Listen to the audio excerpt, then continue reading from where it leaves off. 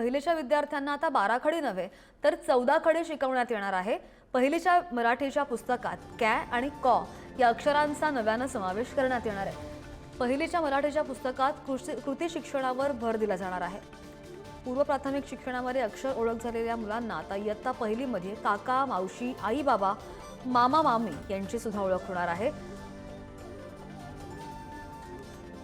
अधिकची माहिती घेऊयात, आमचे प्रतिनिधी ज्ञानेश्वर चौतमल आपल्या सोबत आहेत।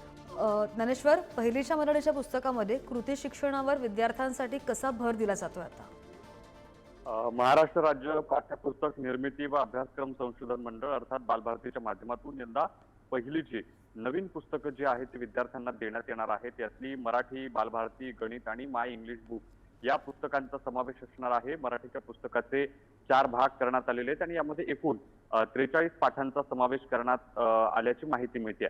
माझ्या या दारातून या कवितेच्या माध्यमातून पुस्तकाची सुरुवात करण्यात आल्याची माहिती आहे। तर पहिल्याच कवितेमध्ये विद्यार्थ्यांना मामा, मामी, काका, काकी, दादा, बहिणी, आई, बाबा या नातेवाईकांची ओळख करून देण्यात आलेली आहे। तर राधाचे कुटुंब या धड्याच्या माध्यमातून कुटुंब म्हणजे नेमकं काय हे विद्यार्थ्यांना पटवून देण्याचा प्रयत्न जो आहे तो करण्यात आल्याचं बघायला मिळते। वेगवेगळे पाठ्यक्रम जे आहेत ते विद्यार्थ्यांना शिकवले जातील। विद्यार्थ्यांना आता 12 खडीऐवजी 14 खडी शिकवण्यात येणार आहे। यामध्ये कॅ आणि कॉ या 2 अक्षरांप्रमाणे क ते ज्ञ पर्यंत वाढ झाल्याची माहिती देखील मिळते आहे। अगदी ज्ञानेश्वर, धन्यवाद दिलेल्या सगळ्या माहितीसाठी।